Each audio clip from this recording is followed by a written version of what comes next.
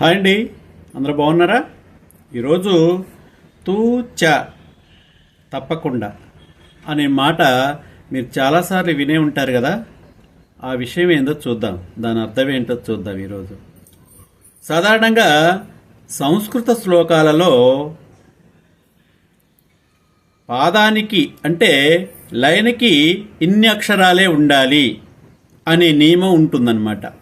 అయితే ఆ లైన్లో అక్షరాలు తక్కువైనప్పుడు వాటి స్థానంలో తు, చ, హి, వై అనే అక్షరాలను వాడి ఆ స్థానాలను, ఆ పాదాలను, ఆ లైన్లని పూర్తి చేసేవారన్నమాట. అయితే వీటికి ప్రత్యేకమైన అర్థమేమి లేదు, కానీ తు అంటే అయితే అని, చ అంటే మరియు అనే అర్థం వచ్చేటట్లుగా వాడేవారన్నమాట. సంస్కృత శ్లోకాలను తెలుగులోకి అనువదించేటప్పుడు ఏ అక్షరాన్ని వదలకుండా, తూని చాని కూడా వదలకుండా అనువదించేవాళ్ళు అన్నమాట. కాబట్టి ఏదైనా పనిని సగం సగం కాకుండా పూర్తిగా అర్థవంతంగా చెయ్యాలి అనే అర్థం వచ్చేటట్లుగా తూచా తప్పకుండా చెయ్యాలి అని అంటారు.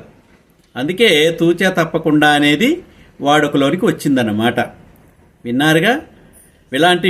ఇలాంటి వీడియోల కోసం please like, share, subscribe. Thank you very much.